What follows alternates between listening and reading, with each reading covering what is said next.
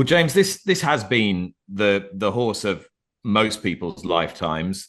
Your racing life is hopefully still in its infancy, but he's a very, very special horse indeed. Relative to all the challenges that he's faced and passed with flying colours, how do you feel about him in the Saudi Cup? Yeah, it's an interesting one, Nick. Look, I know as probably as much as everyone else, to be honest with you, because he's very untried on it. The one thing that we are grasping on is that he ha has trialled really well in Hong Kong on dirt. I know it's a completely different dirt, but he has gone particularly well on it.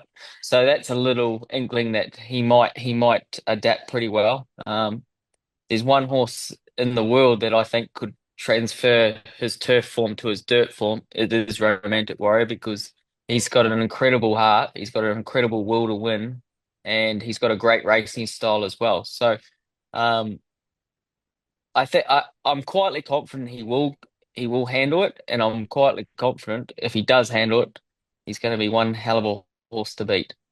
He's arrived in Saudi this week. Have you had some reports as to how he's settled in, how he's doing? Yep, I got all the reports, and he's travelled over the same weight. He left 1 pound of feed, and he's trotted up sound. So all reports is very good because he normally the first day leaves a dipper. So Danny says, and so he's travelled well, and he's got his companion with him, and romantic charm. So they go everywhere together, and I think he enjoys that. So all's well at the moment. Um, how unusual a horse is he in terms of his temperament, notwithstanding his extreme ability? He's got a look. He's a very enthusiastic horse, but he's got an extremely good temperament.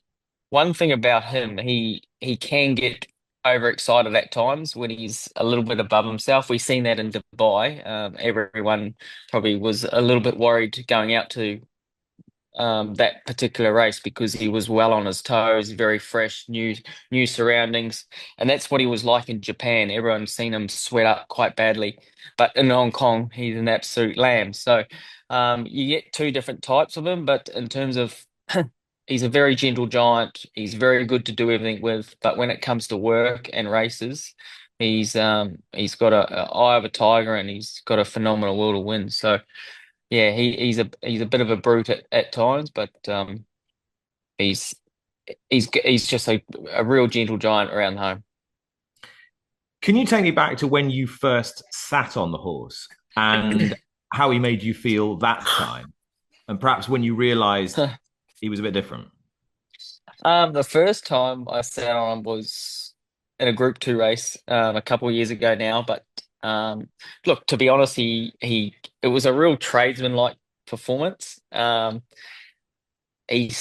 think he started twos on in a Hong Kong Cup the start afterwards, and I was thinking to myself, well, on his last performance, he probably shouldn't be that short, and he come out and won by 4 lengths, and that's when I thought, holy, this is a good horse, and um, we we sat down and had convinced them to travel this horse in terms of Danny and Peter to the Cox Plate, and I was actually quite surprised that he didn't win by a greater margin in the Cox Plate that day, and I was thinking, our horses must be pretty good. But ever since that day, he's just gone from improved leaps and bounds, and I just don't think the Australian people or the fans seen the best of him because he just wasn't ready, and for him to show the courage he did in a Cox Plate to be. Look, if I was a percentage man or guessing about percentages, he wouldn't have been even 80% fit in a Cox Plate. So that just shows how good he is. How much pressure were you putting on yourself trying to twist their arm to take him down to Australia? You know what, Nick? It wasn't actually that much, to be honest, because I thought he was the perfect Cox Plate horse. I thought he'd love Mooney Valley. and he's got that great racing style that would suit a Cox Plate. And to be fair, being Australian myself, it's the greatest race here in Australia in terms of weight for age, best horses. So I just thought it was the perfect race for him after his Hong Kong Cup victory. And yeah, I'm glad they did it because he showcased what he can do around the world, and he hasn't stopped since. Hang on a minute. Did New Zealand's favourite son just call himself an Australian? Uh, well, I call Australia home, so yeah, I go both ways. I'll get those New Zealand correspondents on the phone now. Michael Guerin will be right on to Yeah, me. he What will did he be say? actually. What did he say? Um, Yeah. but I think the personal relationship between you and this horse has captured people's attention. I mean, the Cox Plate seems a distant memory now. So much has he achieved since then, getting better and better and better. To what extent? I'm not necessarily asking you to blow smoke in your own direction, but to what extent do you think that rapport has helped the horse move forward? Um, Look, anyone could strap themselves to this horse and be pretty successful. I'm telling you that right now because like I say, he's very economical how you ride him, and um, I could probably safely say out of the 10 starts I've ridden him, there's probably one or two starts I haven't been one back, one out. So that just shows how easy he is to Mm. ride. Phenomenal gate speed, plants himself, switches off, relaxes.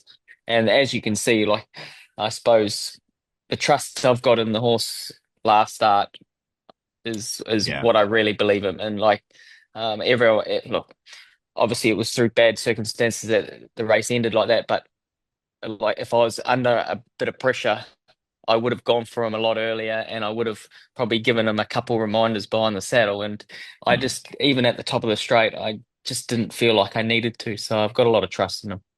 I mean, as you hinted at there, the Godolphin horse suffered a fatal injury late, and it was a horrible finish to watch from that perspective. He, however, was still rolling when you just gradually began to incrementally claw into his advantage. And I suppose that's what I was getting at. You must just be able to ride this horse with the sort of balls of steel that you can't normally imagine.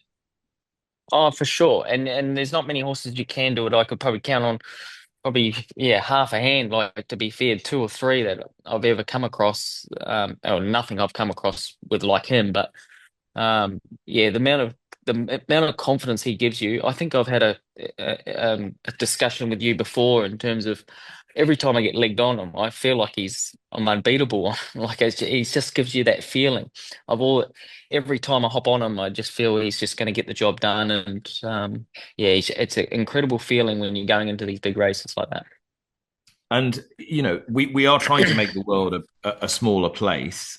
What does it mean for you? I mean, given how much success you've had at home, and given the fact we in Britain have seen you sporadically and successfully, what does it mean to you to have done it on this horse, not just in Australia and Hong Kong, but in Japan, now in Dubai as well, and potentially in Saudi Arabia? How special is that?